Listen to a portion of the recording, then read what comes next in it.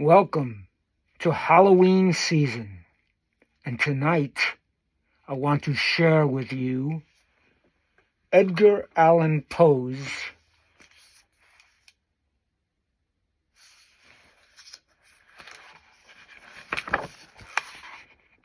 The Raven, a literary classic destined to tingle your spine.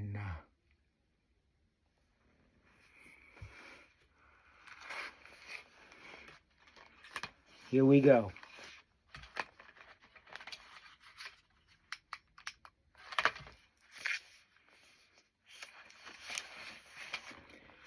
Edgar Allan Poe, The Raven.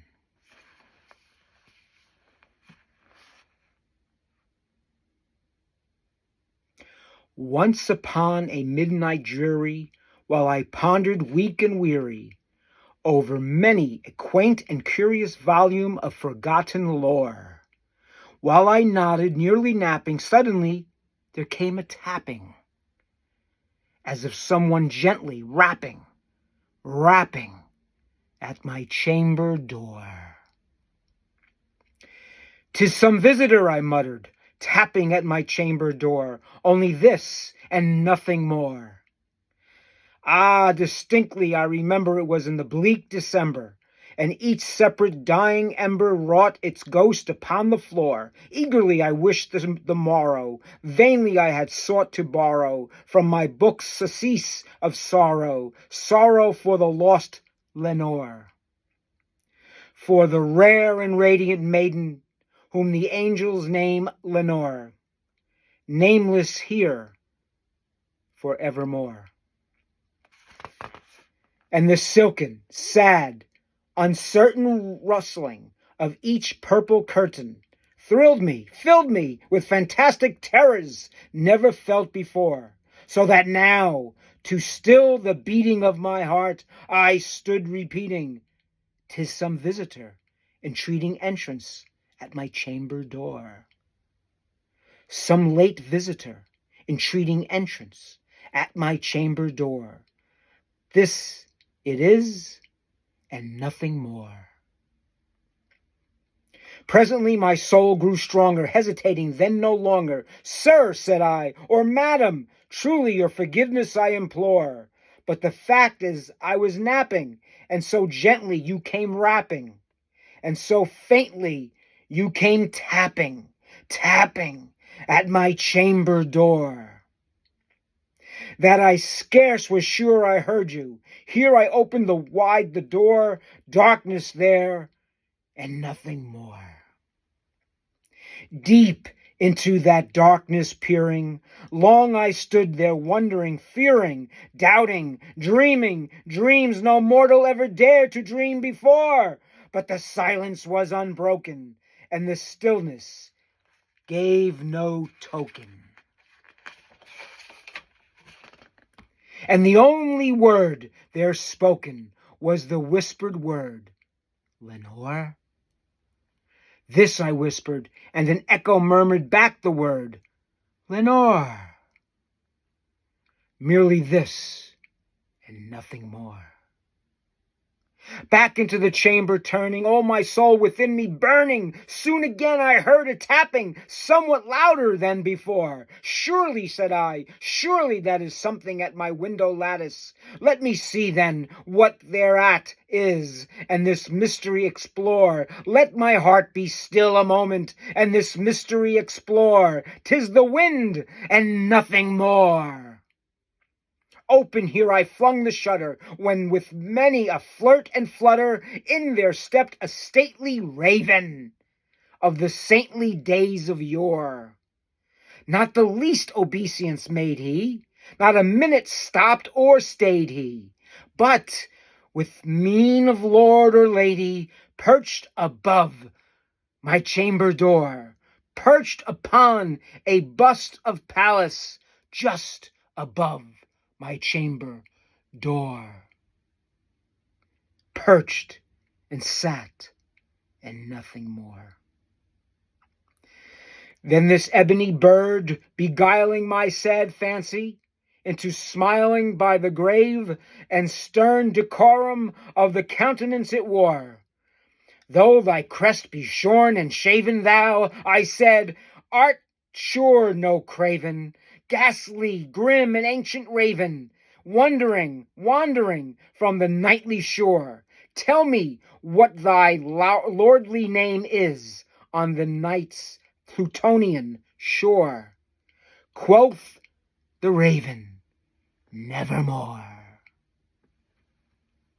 Much I marveled this ungainly fowl to hear discourse so plainly, though its answer little meaning, little relevancy bore. For we cannot help agreeing that no living human being ever yet was blessed with seeing bird above his chamber door. Bird or beast upon the sculptured bust above his chamber door, with such name as Nevermore. But the raven, sitting lonely on the placid bust, spoke only that one word, as if his soul in that one word he did outpour, nothing further than he uttered, not a feather than he fluttered, till I scarcely more than muttered, other friends have flown before. On the morrow he will leave me as my hopes have flown before. Then the bird said, Nevermore.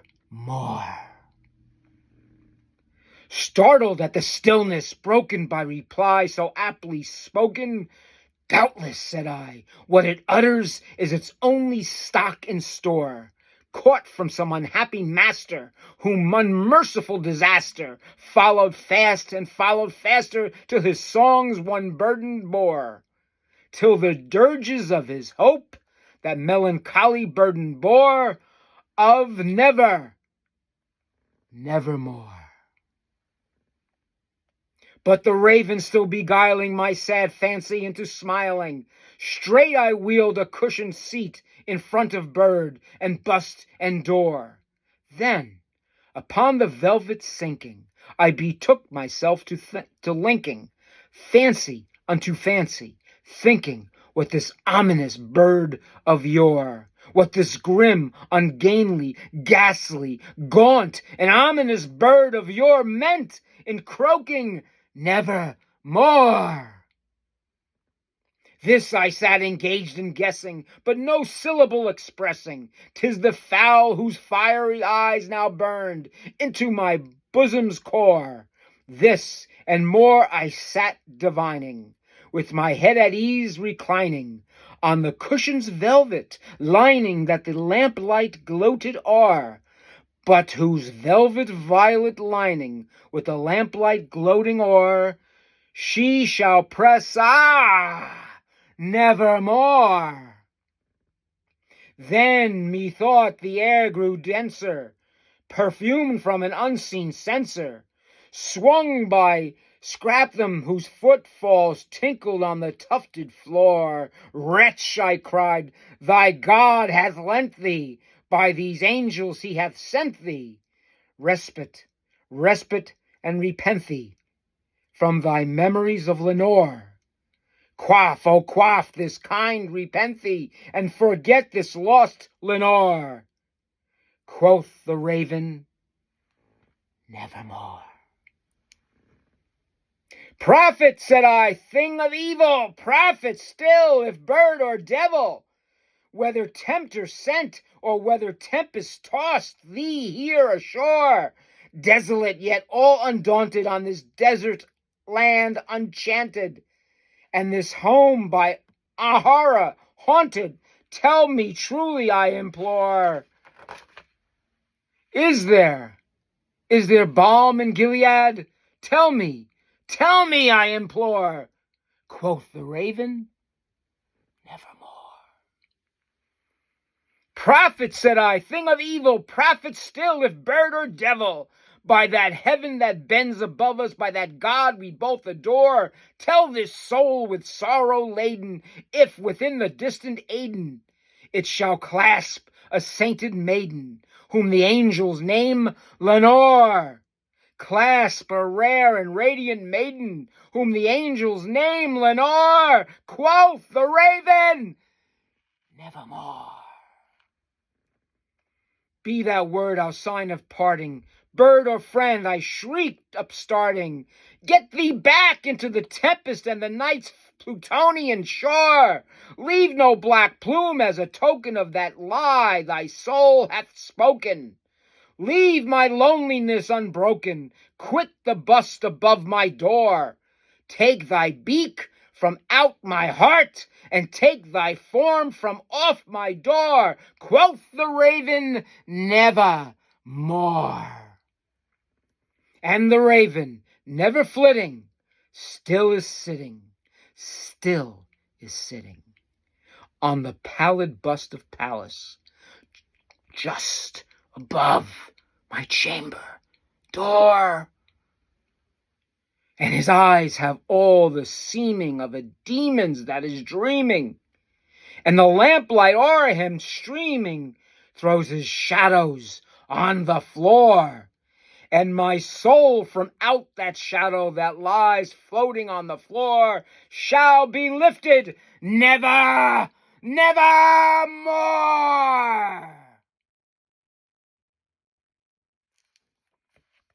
Edgar Allan Poe, The Raven.